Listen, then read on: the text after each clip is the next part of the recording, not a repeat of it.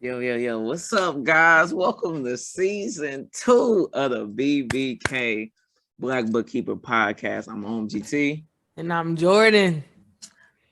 And look, we starting out season 2 with a banger. We got a banger book for y'all talking about me and Troy's favorite subject. One of our favorite subject, which is money. But I was thinking about something. Before we get into this book, I was thinking, I want your opinion on this too. People want to say it's bad when someone just likes you for money, right? Mm-hmm. But they want to say that you could just like someone for their looks or just for their personality. And I just think that's silly because I feel like I want you to like me for every single part of me, like including my money. I agree. You agree? I agree. Okay. I don't want you to, I think it's different when you just like somebody for that. But like I said, if you understand and know that I make money or I have a lot of money, that comes with me. That's who I am. That's a part of me. So you can't like separate the two because this is who I am. Yeah. So I definitely agree with that. I agree too. And I just wanted to get that out there because I feel like that's a taboo thing. And also money comes with working hard. So, and we're going to talk about that in the book. So yeah, this was a banger. Y'all, it comes to a certain point in time where you get a lot of different recommendations. A lot of different books are being out there. Books is a great way to have a source of income. So a lot of times the market can be so flooded with nonsense, bull, BS, and sometimes when you read a lot of books, especially on similar subjects, it can become hard to find good ones. But man, this was Jordan's recommendation. Jordan, where did you find this book? Like, how did you find out about this book? I think I found this book from one of the fitness guys I follow. He reads a book like a week, or maybe even every couple of days, but he's always posting his books. And I saw this one, so I had to put it on my list. And what's his name? Brandon Carter. Hey, that's my dog. Oh my God. Do you follow him on Instagram? That's my dog, huh? You follow him on Instagram? Yeah. Oh, yeah. A lot of people don't like him though. He's actually this author is just like Brandon. Because Brandon's like, I don't mess with the BS, you're a crybaby, you're this, you're that, like work hard. But you know what? Like one thing I like about him is when he answering questions, and that's funny because as soon as you said book a week, that's exactly who popped up into my head. But I love his rebuttals. His rebuttals is like, okay, so I seen something to where, okay, guys, I'm plant-based, right? And somebody has said, do you think somebody had asked Brandon Carter, do you think that you're tough because you eat meat or something like that? And he was just like, this is your way of trying to get me into this lifestyle because like it was condescending, like, do you not like yourself? Like, what's going on here? Because if you wanted me, attract me to this lifestyle, or you wanted me to open up to this lifestyle, this is not how you come at me. So I think that's my dog, man. That's I enjoy him. Exactly. This I'm gonna get off topic. One more point about Brandon. Okay, he does questions every single day. If you don't follow him, he lets people ask him questions or whatever. And one time someone asked him like, how do you find happiness? And he basically was like, you don't. Like, we're humans, our emotions fluctuate every single day. All you can do is kind of be in the moment and live for yourself. And that's excellent advice. So yeah, I like him too a lot. Yeah. Shout out to Brandon Carter, man. He's a guy, he about his business, he about his money, he's about his fitness, and he's just giving something great to the culture. So yeah, I appreciate him. But let's get into this book. This is The Millionaire Fast Lane by MJ DeMarco. And guys, and I tell you, I really enjoyed this book. It was a lot of different points. I mean, this is someone who, when you say like a thorough book, I mean, he addressed every single thing. I feel like he addressed a lot of things that come with business, and not just business, with just fast tracking you to becoming a millionaire. And specifically that, right? He talks about different scenarios and different routes and ways to go about getting there in money in general. But he specifically talks about becoming a millionaire. So I love this book. So let's get into it, Jay. What you got for him? What you got? My favorite. What do you want to know? My favorite part of the book. So yeah, something that stood out. Yeah, let's. I mean, it's a lot that stood out, right? So let me start off with saying this, you guys. When I read books, I take notes, right? So it comes to a point where I feel like I take a note for a quote, different quotes, different things that I feel like I can relate to, and I just wanted to show you guys how much notes I took from this book. Okay, now this isn't a small book. I don't have it with me. It isn't a small book, but I mean, you got. Let me see if you got this. Like you got. Hold on. All right, the light too bright, you guys. Hold on. I mean, just pages and pages and pages and pages and pages of notes, like different ink, pages of notes, guys. Pages. I want you guys to see this. Like, this is how much I took from it. And then, I got keep my journal with me. Just pages, front to back pages of notes. This was a good book. So yeah, so let's get into, he talked about different lanes. There's 3 different types of lane that most average people are in. You have the sidewalk lane, you have the slow lane, and you have the fast lane. Jay, tell them a little bit about the lanes, and have you ever been in a lane other than the fast lane? Okay, I need a recap. So it was sidewalk is like 9 to 5 and you're cool. Then I think slow lane was like you in a 9 to 5, but you're doing long-term investing, and then fast lane was like the millionaire fast lane. Yeah. I think, and I think the sidewalk is kind of basically like living for the moment, really don't have no purpose or no plan. Oh, okay. So I've never been in the sidewalk, no. Well, I guess maybe when I was really young, but since I've been when I've been an adult and I actually have goals and stuff, I haven't been in the sidewalk. And then for slow lane, I guess technically I am in the slow lane still because I am in a 9 to 5. That's still my main source of income. And I also do long-term investing as well. And then I'm partly in the fast lane just because I'm currently actively trying to get positive cash flow. So how about you? Yeah, I have to agree. I never really was in the sidewalk lane, which is like, how you basically saying it's just like, you living paycheck to paycheck. You basically you don't really have no goals, and you don't really like you just living and just existing without really no point of trying to do better for yourself. I don't think I've never been in that situation. A slow lane, yeah, I would say I'm in a slow lane because I do have a 9 to 5, but I'm basically in between 2 lanes, I should say, because I have a 9 to 5, but then I'm also in the process of creating systems and having systems so that can fast track me. So I enjoyed this book a lot because it kind of gave me tips and pointers on how to bring it helped me bring a new vision to what I was currently doing, what I'm currently doing now. And it also gave me different ideas, and it helped show me like what I was missing. So I enjoyed that. Yeah, I've never been in the fast lane. I mean, I've never been in the sidewalk lane. What tips did you get from it? Like, what was the biggest tip? Okay, so some of the biggest tips is basically like when he went into the point of different things, he basically says 3 different ways. He said it's innovation, it's internet, and it's II, which is doing something over and over again, like repeating the process again.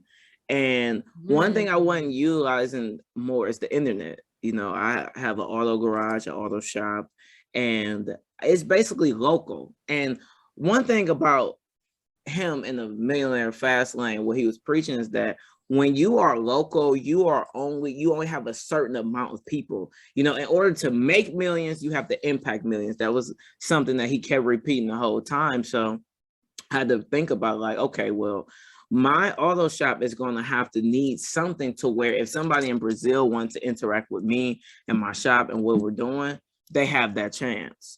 If somebody needs something in Chicago, they have that chance. So it made me kind of look, okay, what can I do more for my business to where, okay, I'm not just dealing with the people in my city. I'm not just dealing with the locals. I'm dealing with the domestic the country, the internationally, what can I do? So that was a huge tip for me, because when you have a store and you have a brick and mortar store, you are dealing with, and I just said this, but you're dealing with locals. You have to think bigger than that if you want to impact more people. So, okay, well, I have a lot of parts at the shop. Maybe I can advertise them on my website. Maybe my business needs an Instagram to drive more people in. Okay, well, it got my brain firing. Like, I need to make this more than a local thing if I want this to do better than average. You see what I'm saying? Mm-hmm. So yeah, so that was a good thing, just using the internet and I coming up with different ways and creations to how this can be bigger than a local endeavor. Okay, I can see that. What else? Like I'll say a couple things that stood out to me. A big one was he was talking about how people there's a couple things. One, he said people are trying to do their passion and make a living from their passion. And he's saying passion doesn't pay the bills. People say that. So I kind of agree, because a lot of people want to take what they love and think a lot of people are also going to love it as much as you. And that's not always the case. You need to find out what people need. And that's that the richest people are doing things that people need. So Amazon, people, they need it. Like the 2-day shipping changed the game. People didn't know they needed it, but they need it. Not everybody needs 2-day shipment. So that changed the game. Basically having everything at the palm of your hands and getting it dang there automatically. And then who else? Who else are the big people? Elon Musk. So I guess the electric cars and things like that. But basically, needs-based businesses is huge, because people need them to live, versus people who are doing, maybe example, clothing. Not everyone needs like a luxury clothes. So, and that was one of the things, like when I read the part when he talked about it, that was one of the things, like throughout this book, it was certain things that were said, as far as in like this one, to where I'm trying to hold on to an old belief. I'm like, like I'm trying to hold on to an old belief, because sometimes when you get that new information or information that you already have a belief system built and something new hits it, and now you have to struggle with what you used to identify with because it made sense. That was something I struggled with. I had to read that a couple of times over, because I'm just like, well, I don't really want to do nothing that I hate, and I don't really want to be a part of something that I don't like to do, right? But if I am in a business to where people need it, right? So like with my shop, I wasn't into cars. I know everybody is like, oh, guys into cars. I wasn't really into cars, and I won't lie about that. So, but I knew that we can figure out a system to where people who really need cars, people who maybe can't afford high luxury cars, can come to my shop and I can provide a service for them. I was just like, damn, what he's saying is true, because I knew that this was lucrative. I knew that I can help people. People need cars. I'm just like, damn, like he's proven that my belief, like my mindset already thought that. But reading it and having that in front of my face is just like, okay, well, what you love to do you don't really want to do what you love to do, because once it becomes a job, you may hate it. I'm like, damn, he's right. Because it's not always about what you love to do. It's about helping people. How can you help people? Because that's what's going to take you to that next level. What do people need sincerely? Not know, oh, it's a buzz. And I think he talked about this too. He talked about how it's not just the what's popping or what's buzz like, because that will die out. That's very temporary, and it's temporary thinking. What do people need? What is it? Where do you see an opportunity? When people say I hate, when people say, oh, I don't like, it's certain word phrases that we hear every single day to where I don't even have to recreate this huge dynamic thing. I don't need to come up with something huge. I just need to be of service to people. To make millions, you have to impact millions. And I love that he said that. And I'm gonna repeat that throughout this show because I enjoyed that fact. So yeah, so when he said that, I was kind of like, but then I was like, you know what? I did that. I understand that. And that's very true. Yeah, I definitely agree as well. Another thing he talked about, right? Sometimes when you opening up a business, it's just another job. It's just another job. And the point of the biggest asset of all, a lot of people think the biggest asset is money. It's not money. The biggest asset of all is your time. It does not matter how much money you have if you don't have the time to use it, enjoy it, and spend it. So he talked about divorcing time. If you're going to be in these businesses, you have to figure out a way to, how can I use this to fund my way into more time for myself? What makes sense? To open up a business and be there 7 days a week. And now the type of money you're getting, you can't afford to hire people in because it's just not, it's not that lucrative. It's local. You can't do anything else. So what kind of business can you create to where you can get your time back? Because time is the biggest thing of all. You need time with your family, time with your kids. Vacation takes time. It takes time to do this podcast. Everything in your life is time. And time is the only thing that is not infinite. We all know that we have a day that we will not no longer exist. We won't be here, right? So it's not just about having a business. It's just not, and that's another thing. It's businesses does not equate to a fast track. It just doesn't, because fast track is about money and time. It's about being able to enjoy yourself. It's a whole different lane than what most people are on. And we are, fast trackers are the minority. When he said that, what was you thinking? When he said fast trackers are the minority? When he said that it's very important to divorce yourself from these things that hog your time.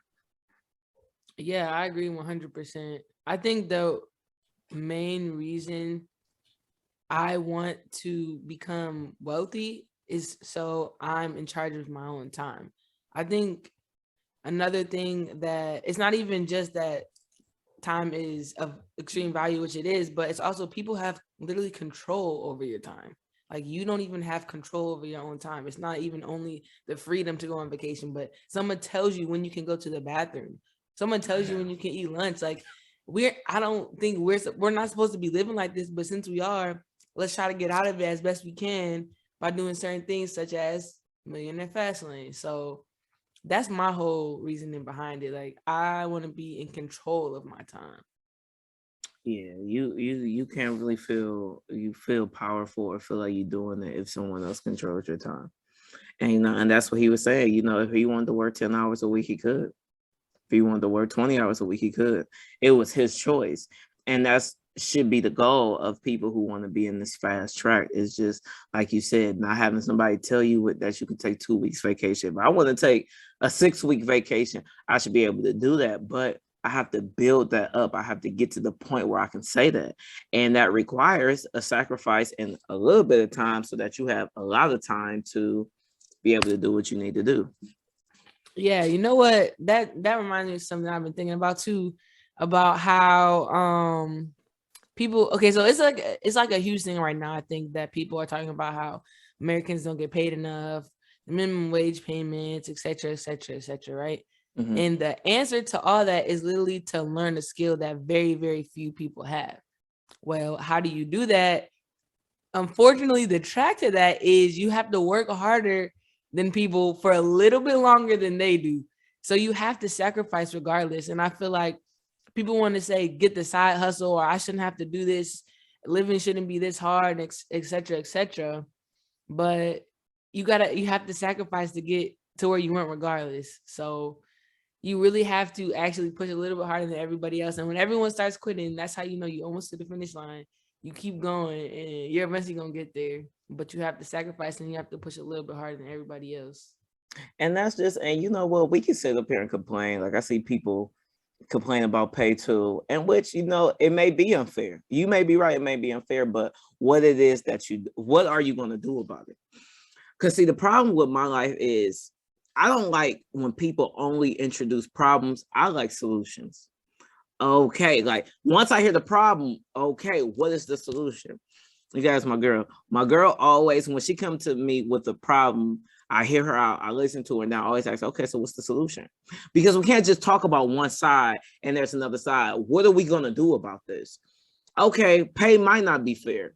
What are you going to do about it? Are you going to continue to take it? Are you continue to complain? Because you can put that energy of complaining into making something for yourself, figuring something out. And just, if we have the time to sit up there and binge watch TV shows and stay on YouTube and catch up with Power, we have the time to put that energy into learning something, learning a skill. And that's what, and he even talked about that in the book.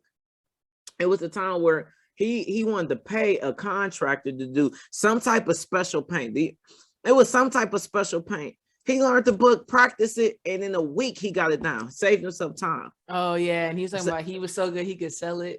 Yeah. I forgot full paint. It was some type of painting that he was doing to where it took a special. It was like a special person he needed. The man told him how much it would be, or he found out how much it would be. He went, figured it out, practiced for a week, and was able to do it himself.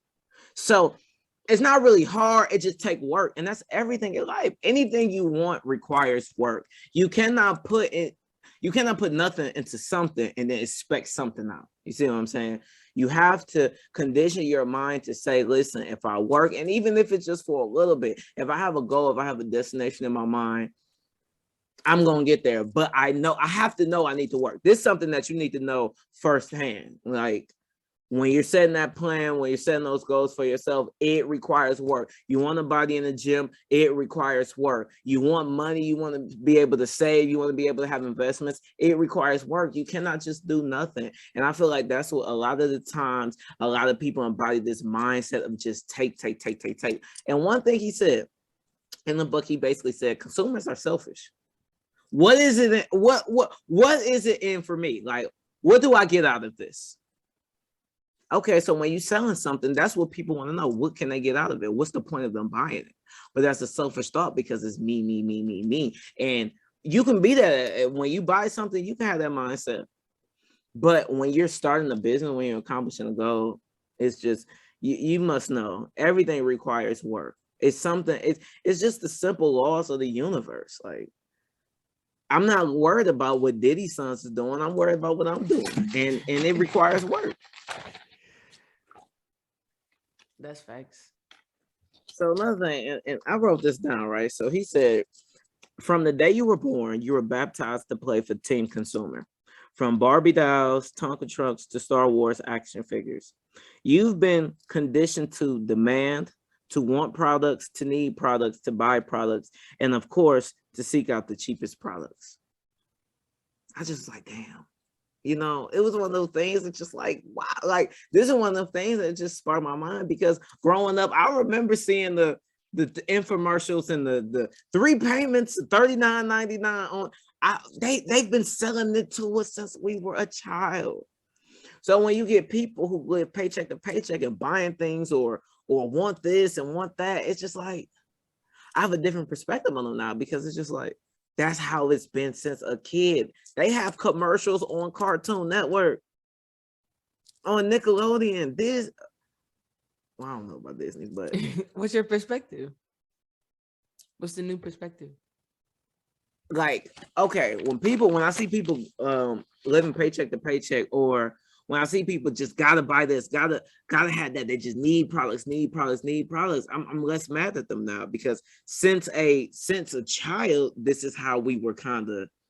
All we seen was products, the new hottest joke. I remember it was this one thing, right? It was like this sponge, and you waved it around, and it was like a rainbow sponge. And people was making. I wanted that so fucking bad. Me too. I wanted that so bad. I told my parents it's only $29.99, a couple payments, but I started wanting things little young.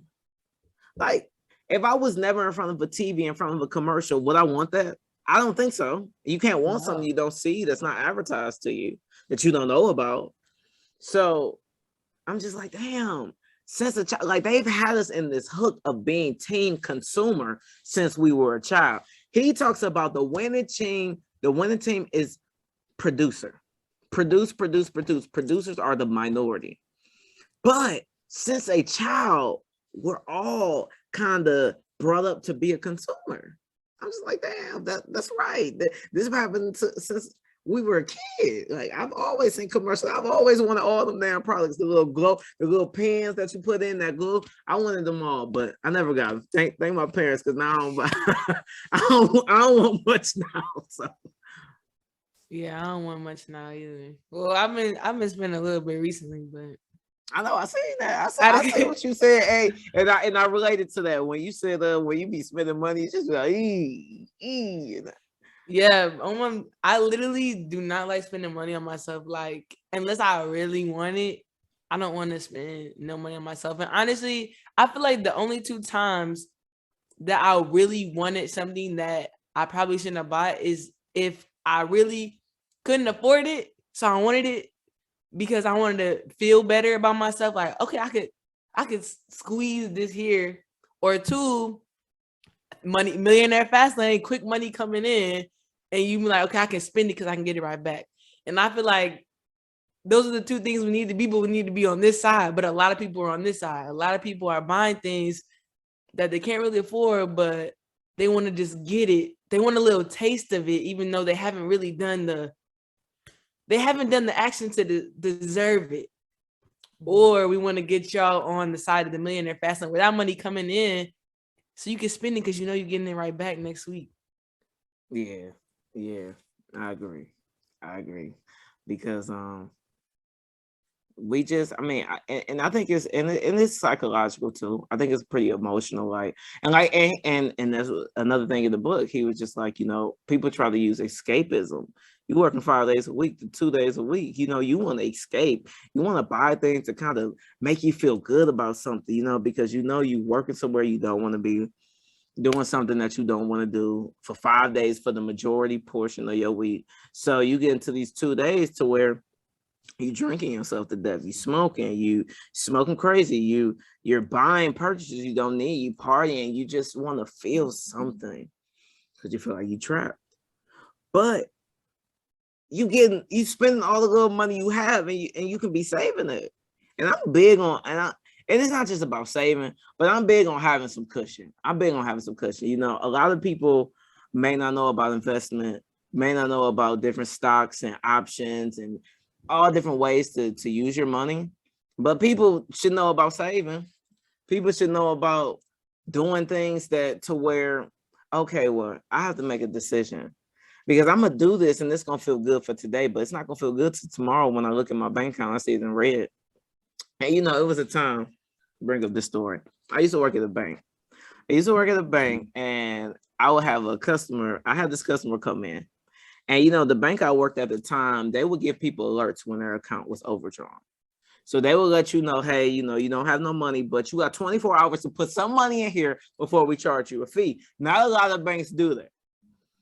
And the guy came in and he was so upset. He was just mad. He was just like, I didn't get no text message, because he ended up getting the fee. It ended up being a whole 24 hours after he put his bank account in red, and he ended up getting the fee. He was just mad and yelling. It wasn't even me. It was the person next to me. He was mad and yelling. And the lady was like, you know you have $40 in your account. So whether or not you got the text message, what's in your account. If you got $40 in your account and you spent $70 in your account, what you waiting for a text message for? You knew what you had. It's just like that damn bad. But he didn't want to take accountability for that. Clearly, he wanted to somehow, some way make it the bank's fault that he didn't have that money management skills, that he spent that money knowing he didn't have it in his account. And it's not the bank's fault. It's not our fault. Don't come in here yelling at me or yelling at her. You take accountability of that, because these little we get so in tune with these little purchases, or I got this purse, or I got these AirPods, and now you can't get nothing else. You have nothing else saved, and now you waiting till the next check to do the same thing. It's like they say insanity is repeating the same thing and expecting different results. A lot of us are insane, and we don't want to admit that. And we need to change that narrative. But he says that that's the slow lane though. Investing. Oh, Why would you say oh? He okay. said, okay, look, because we're supposed to talk about the stocks. Because he says, Mr. DeMarco says that stocks is the slow lane, right? Mm-hmm. He was talking about investing. I thought you were gonna ask me about it because I do stocks. I do stocks too, but it's just like, so what I had to know about the stocks, because he did say this, people. He basically said like that's a slow way, and then he was crushing me when he said, who's gonna wait 40 years for $1 million? I was like, ah. But see, the thing about it is that this book is primarily based on getting millions.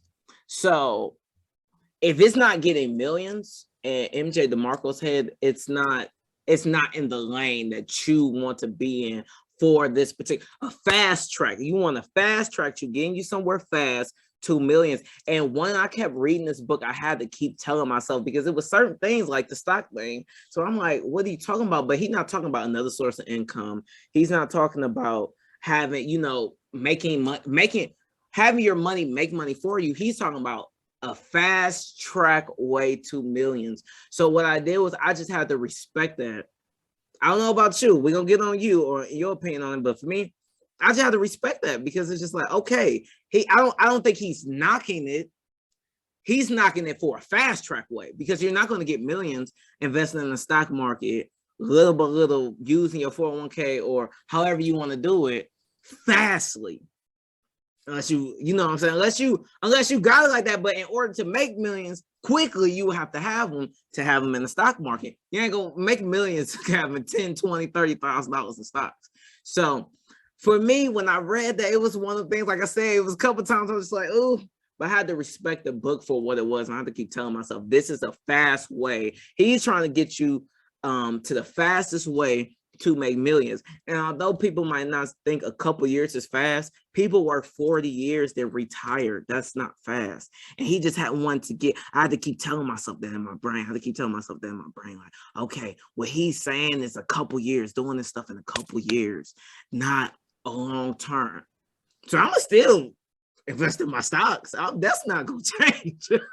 he didn't give me the change, but he got me to respect the fact that this book is not about producing things slowly. This book is about producing millions in a fast way.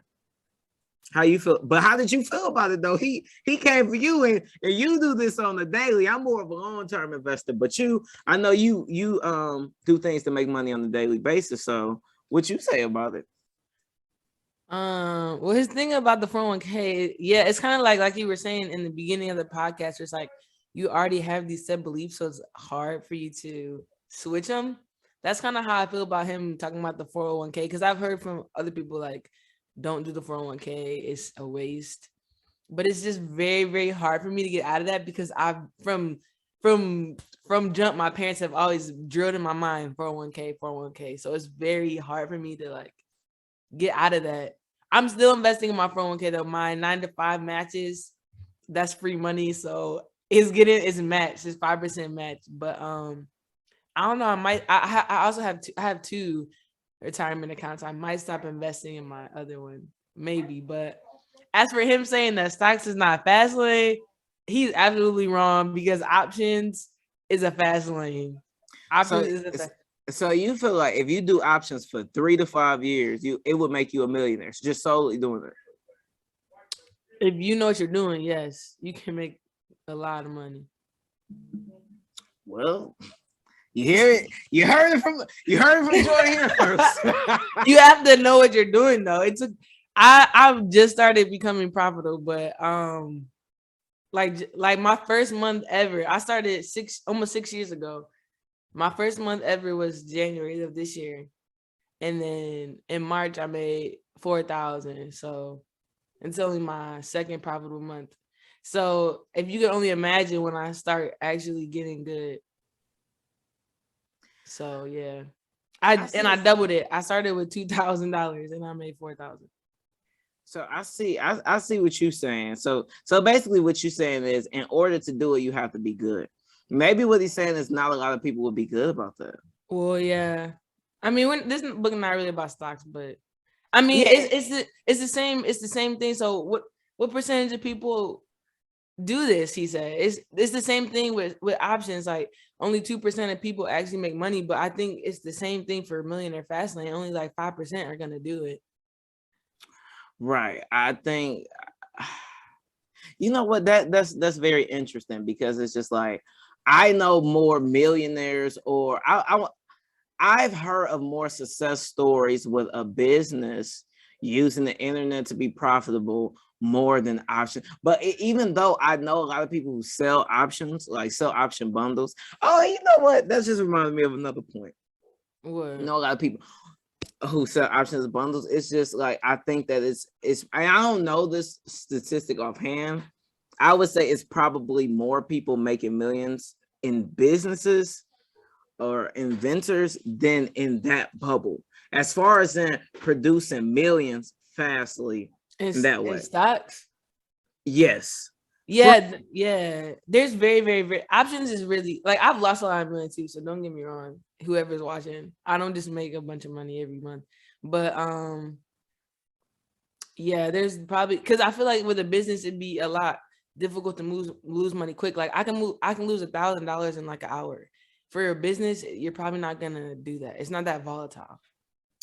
Yeah, so I just and you know what, he just, and that was just one of the things to where, you know, I had to keep saying, because when he was talking about stocks, I was just like, hold on, man, you tripping, like, but I had to keep reminding myself, like, he's talking about the best ways to do this fastly, like what's the best ways, the smartest ways to produce millions in a fast way. And when we talk about fast, people, he's not talking about in a couple months. All right. It ain't no get rich quick schemes or no cycle. And he was going in on a lot of authors, you know, about a lot of people regurgitate or sell information, and you making more money from the books or from the seminars than you doing what you say you doing.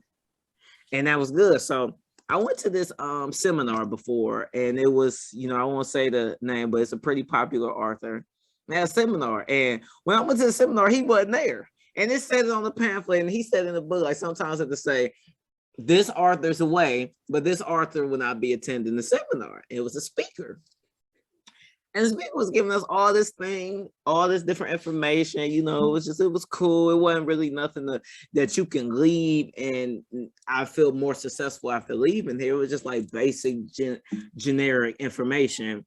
And at the end of the class, he tried to sell another trip or another seminar, but this one was paid. And why this man said that exactly in this book. Now, I went to the seminar before I read the book. I went to the seminar a couple years ago, but it's a lot of people who trying to sell you that you can do things just so fast, or you can just spend $100 and become a millionaire the next month. People, we got to stop trying to fall for these gimmicks, okay? Because the people who selling you this information, those millions aren't coming from what they're doing, what they're putting in these seminars that they're saying that they're doing. It's coming from you purchasing this information, you purchasing this seminar, you doing these things. So it's a lot of people out here that may not be as genuine as they may seem, but that's the point. We have to decipher through this. We have to come up with different systems to put in place to where we know if I do this for a couple of years and I just sacrifice a little bit of time and do this and I'm consistent with it, I'll be able to be profitable and I'll be on my way to fast tracking my millions.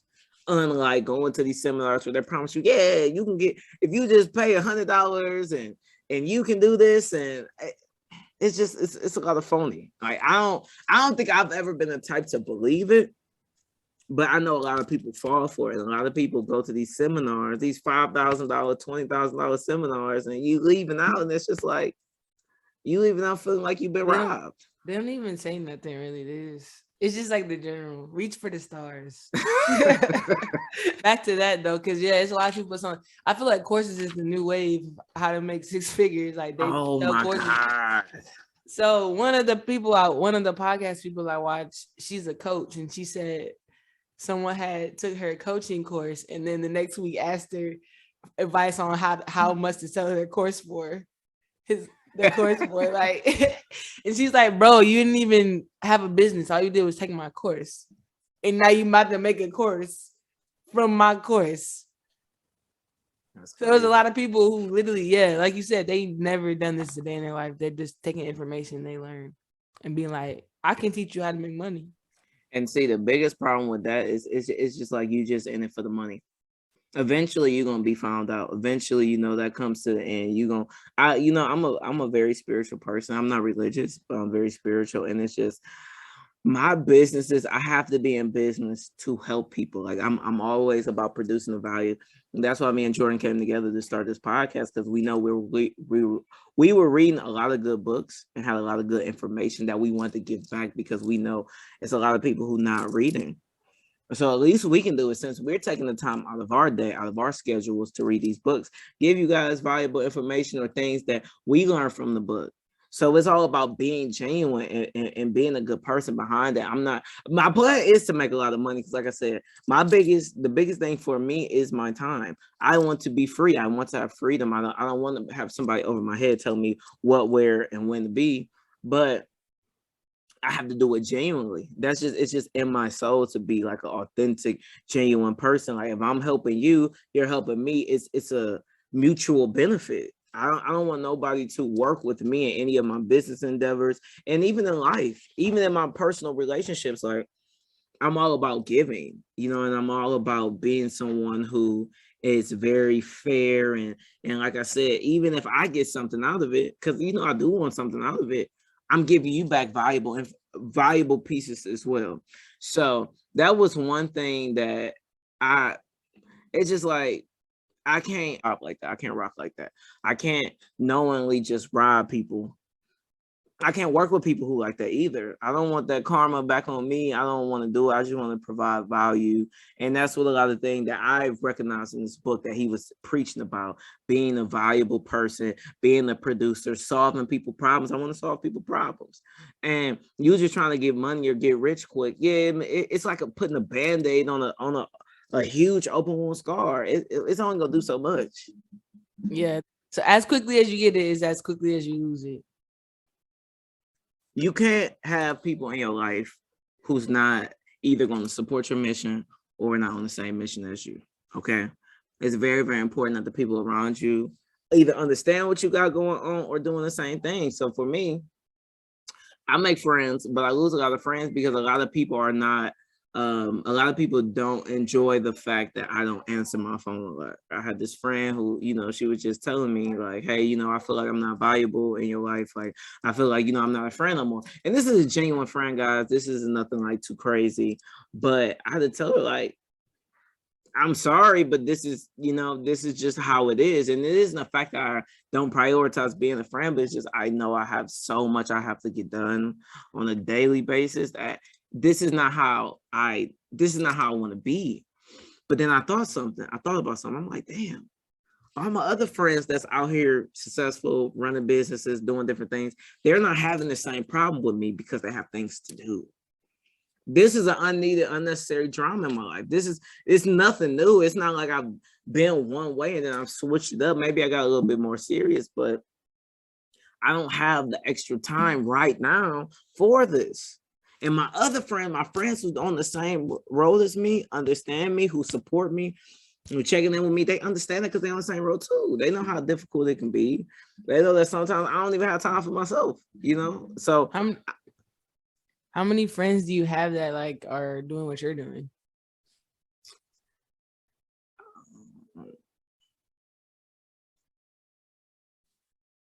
I say okay. When I'm talking about in seriousness, I say four. Seriousness. You have 4 friends that are doing business? Yeah. Oh wow. Yeah. I don't feel like maybe one, but also I've lost some friends. I've lost some friends for the same thing you're talking about, where I feel like they didn't understand. Like sometimes I have stuff to do, but also I feel like when you have friends and y'all started here and then you're slowly just gradually getting above them in certain areas of your life, they kind of start to get jealous because you're like leaving them. So I've also had friendships not go well because of that, but I feel like it just sucks because I actually enjoy their friendship. It's just like I can only communicate you so much. I'm not the type of friend where you can talk to every single day like all your other friends. God, that's definitely not me. That's definitely not me. Like I said this in season 1. Like it was a point in time where a lot of people just felt comfortable coming to me with their problems. Like it was a time where I seriously thought about a career in being a psychologist or being a counselor, somebody people can talk to. But I realized this is not what I want. Like this is when I think about it like this, like interactions is energetic.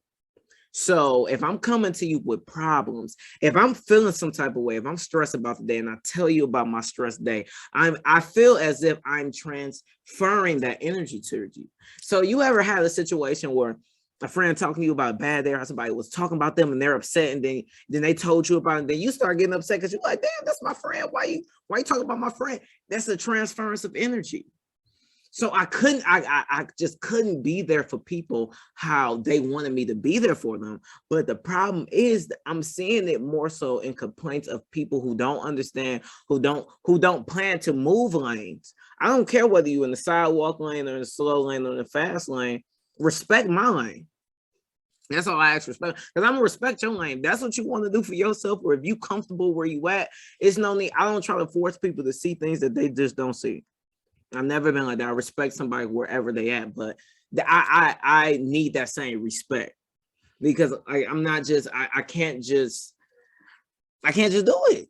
I can't. I value my energy. And like I said, when I'm talking to my friends successful and or on their paths to success, it's the same thing. Like we got the same goals. We're all tired.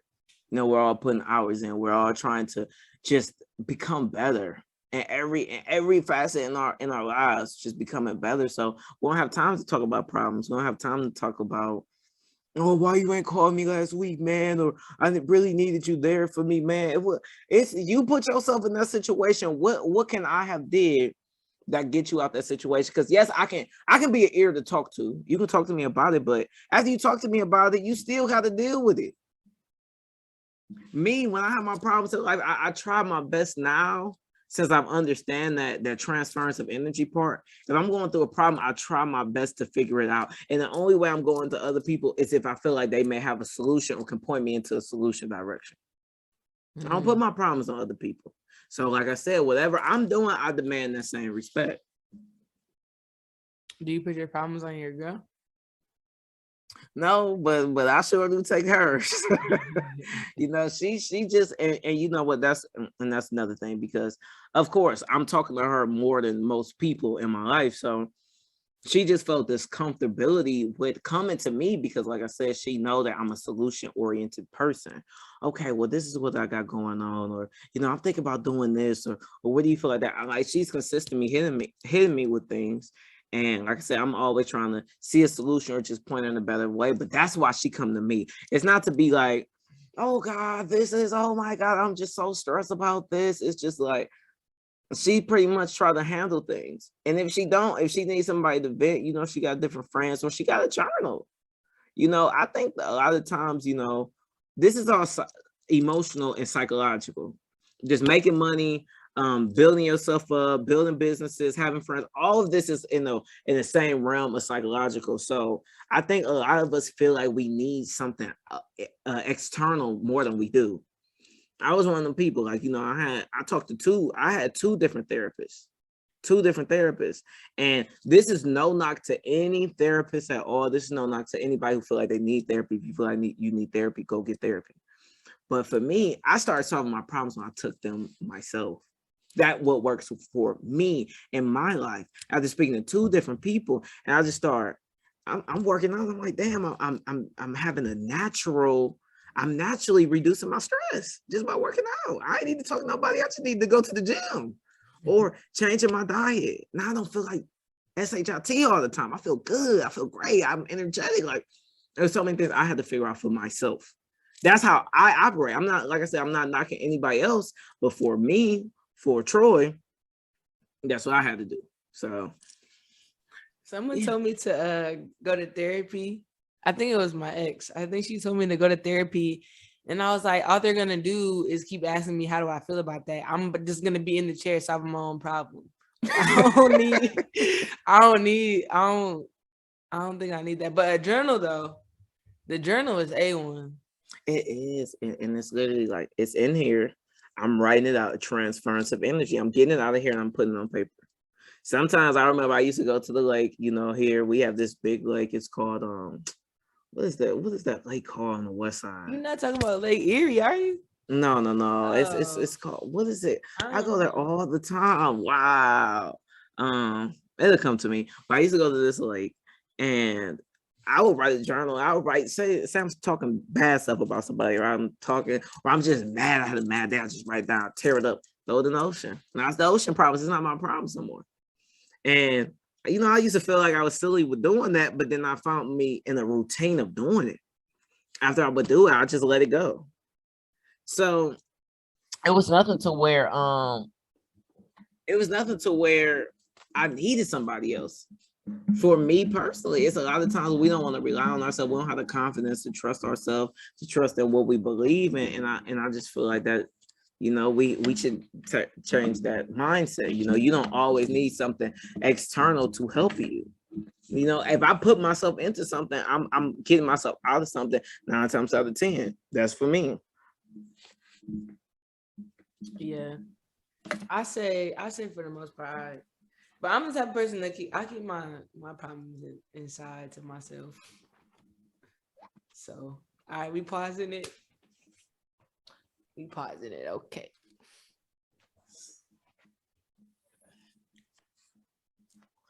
I have my laptop plugged in. You said for the most part, what? I said I'm the type of person I keep my problems to myself for the most part. But you don't bottle them in though, right? You don't keep them there and just let them build up, do you? Yeah.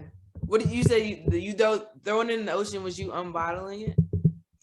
Yeah, or like when I was mad going to the gym, or just like it just is like about transferring it, because like when we're mad, we just stay mad. But I'm talking about being mad and then having the action after it. Just having a simple action after it. Okay, I'm mad. I'm an Aries. We don't do that. What is your zodiac? Libra. Yeah, balance. Aries. I'm all about the balance. Aries, but I feel like you should try that though. I feel like you should try that. Try who was the Aries who I had trying that? Try what? Just an action after you're upset. Oh, like just straight to the journal.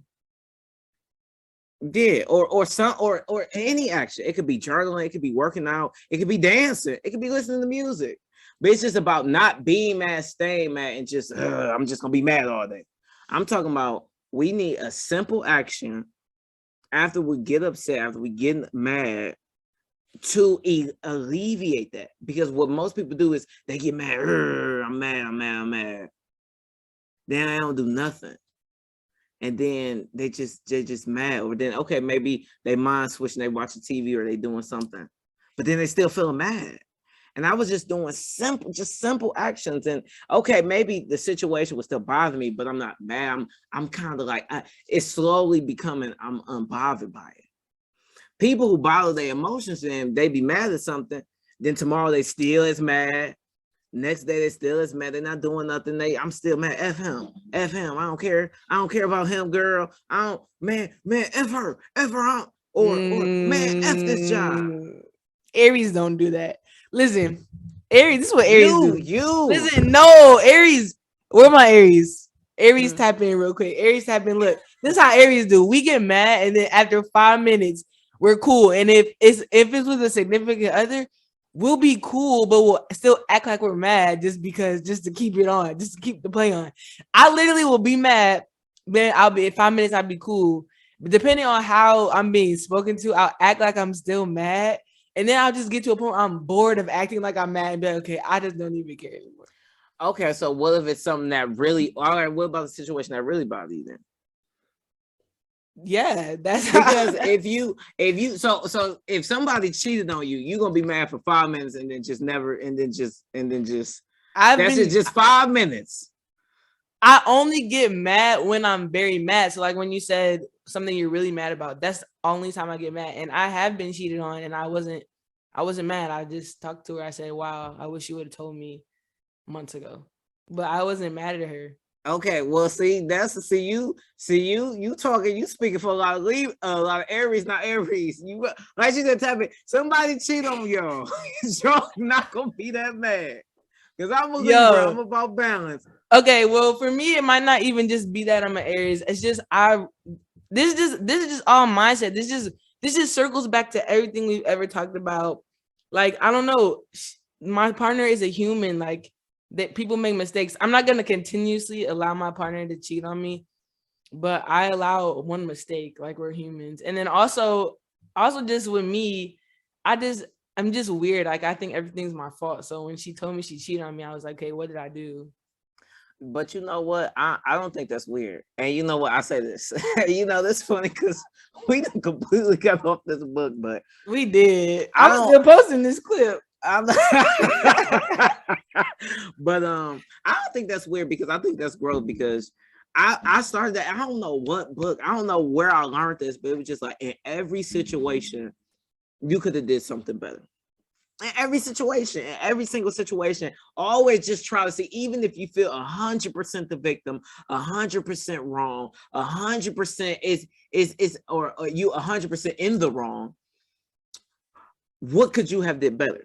So I started thinking about, situation where I felt like I got played. So, I dealt with a friend. I had this friend who I was talking to this girl, mind you, we weren't really serious. I just was talking to her. And I had a friend of mine, close friend of mine. They ended up doing something. And I was just so mad because the guy didn't tell me. He didn't tell me. I'm just like, okay, and then and me and this guy, we done did some things that, it just was like, that should be a very open door because we did way more things than that, but he didn't tell me. And I was just so upset that I'm just like, I can't trust him. I can't do this. I can't do that. But it was just like, I had to think about it. I'm like, well, what can I do better in a situation? I could have talked to somebody who I could have vetted her better. Right. I'm not blaming her. I could have vetted her. I seen she was fine. Right. She was fine. And I seen she had a little like a little sex appeal to her, like a little, a little flirty. And it was just like, all right, come on, come out with me this one time. Come out with me this one time. We ain't even chill. We ain't do nothing. This was just the first time of me kicking it with her. And I was just like, damn, I didn't even know her. It's just like, okay, I can feel like, okay, well, both of them, like, I'll just stop talking to her because it's just like, this just what you just was gonna mess with my friend. It just was like, and then tried to kiss me. That's what made me mad. That's what I was mad for the whole situation because they were messing around doing something. And at the end of the night, when she came back, when I found her at this little weeks at this party, when she came back to me, something was off. Something just off of my energy. I'm telling you, I really be in tune. Someone was just off. I'm just like, you've been gone this whole time. Like, I ain't seen this dude. I ain't seen you. And he was all up in your face this whole party. No, and then she didn't try to kiss me. I was just like, no, I'm cool. And I had to find out a whole month later that they had did something. So the fact that what if I wasn't into him? What if I would have kissed him? What if I would have did something like that? I was pissed. I'm like, this goddamn. But I could have vetted her better. I just wanted her at the party. Like I wanted to bring her to the party and just show people, hey, look at this fine ass girl I got. Wait. You brought her to the party? Yeah. No. She would have been left there. I would have left her. No. What I'm saying is, no, I didn't. No. I didn't physically bring. Oh, bro. No. She wasn't in my car. No, she met me up there. Like I was just like, hey, I'm going to my friend party. Come kick it with me. She was like, okay, cool. Like I'm down to chill. So I'm thinking like, we gonna. But luckily, she wasn't the only person I was messing with. I had a couple other things up in that party too. But I just like, come kick it with me. Like come chill with me. Come kick it with me. But my intentions, if we're being honest, my intentions was like, hey, look, y'all. Hey, look at this fine girl. Look at her. She came for me. So I had the wrong intentions about the situation. Okay. So I can easily say, yeah, my friend was like, my friend could at least told me. I still to this day feel like that. But like I said, when you're trying to improve yourself, when you're always looking to get better, sometimes you gotta look like, well, what could I do better? I could have vetted better. I could have had better intentions with her. I could have, I could have just, my friend was willing to, I don't really, I still to this day really don't know what I could have did better as far as in with my friend. But it's just like, I mean, he was very apologetic for it. Like I said, it wasn't the fact that he messed with the girl, just the fact that he didn't tell me. And he kind of lied about it. I'm just like, I don't know, but Okay. Actually, that would have made me very upset. And how I would have reacted, I would have found somebody. I would have been ignoring her the rest of the time. I would have been petty. I would have ignored her the rest of the time and try to find somebody else to talk to. Well, see that, and that's the thing. I was, and then it's funny because she came up to me. So I was dancing with one of my friends. She was just dancing, and she came up to me. She was like, "Oh, that's you. Oh, that's you." And I'm like, "No, this like this." And it was a genuine friend. Never messed with the friend. Never did anything, out of friend context. But she's just like, "Oh, that's you." I'm thinking she joking. She playing. Like I'm like, "This is my friend." And I'm like, "Damn, this is how you. This is the tit for tat." I get that wasn't it, but. Like I said, we all got to learn from something. So I don't feel bad. I don't regret it. I don't regret the situation. I don't even regret because I learned better. And now my girlfriend, like, she very, like, even the way she moves is different than most of the girls I talked to before. She even moved different. So you attracted that. And I like how you said your intuition be on point. Because, bro, my intuition be on point. When you, like, in tune with yourself, nothing gets past you. No, I don't want it to do that either. But yeah, so even with this book is just a holistic approach to fast tracking a lot of money in a short time.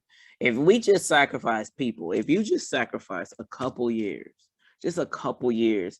I'm still in my 20s. I'm in my later spectrum of 20s, but I'm still in my 20s. I have a chance to make my 30s. I'm not even in my prime yet. My 30 prime years. Amazing. So right now I'm putting the sacrifice in. I'm doing things. I'm always striving to get better, be my best self. I am not perfect. I'm not preaching perfection to you guys. I'm preaching the attitude and the willingness to get up every single time you fail. Because if you do that, if you always look at it like we just said, she's not weird for having that mindset because every situation, what can I could have did better? Every situation. Maybe I just need better friends. Maybe I need some, or it doesn't matter. I allow these people in my life. Well, I allow these people in my life. I need to be better at who I allow in my life, or I'm doing this business. I don't have time to kick it every single weekend. It was the last year. I spent so much time with everybody's birthday. And it's just like, now I'm just like, I need to celebrate. I didn't even celebrate my own birthday. Like, so you have to look at things holistically. You have to sacrifice. You have to put your mind in that state. Like, I have to work for this. Whatever you want, you have to work for it. It's gonna hurt a little bit. It's gonna take sacrifice. You're gonna be a little bit more tired, but in the end, it's worth it. Give your future self a break. Break the cycle, break the curse, get out the 9 to 5. If that's what you want, and really put your all into whatever it is that you're doing, you will see results, people. Yeah, I couldn't have ended season 2, Ep1 any better myself.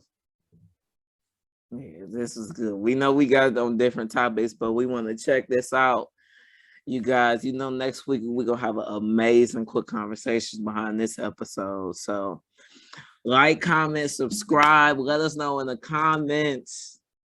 Do you look at things like, how can I get better? How can I handle the situation better? Or are you just like, hey, you know what I'm saying? If I did wrong, it's you need to do better. What you doing? And if you read this book, how did you like it? Before we go, what do you rate the book? I don't know. What do you rate it? I ain't gonna lie, y'all. I have to say, just in totality, when it comes to information, when it comes from a holistic approach of solving this problem, when it comes from changing your mindset, and I love when the author have summaries at the end of the chapters. It just like that's when I feel like an author really cares, because this is what's the main points I'm trying to express in this chapter. I'm gonna say I give this book a 10 out of 10. That's rare. But I feel like if you're very serious about being there in a fast manner and you have no clue how to get there, what to get there, and you ain't read no other book, this is a great book to read if you want to get there. This is a great book. I'm not gonna take nothing away from him. It was entertaining. It kept my attention. I'm gonna say a 7. A 7. Yeah. All right, y'all. Well, y'all heard it first. You here? I'm on GT, and I'm Jordan. Peace.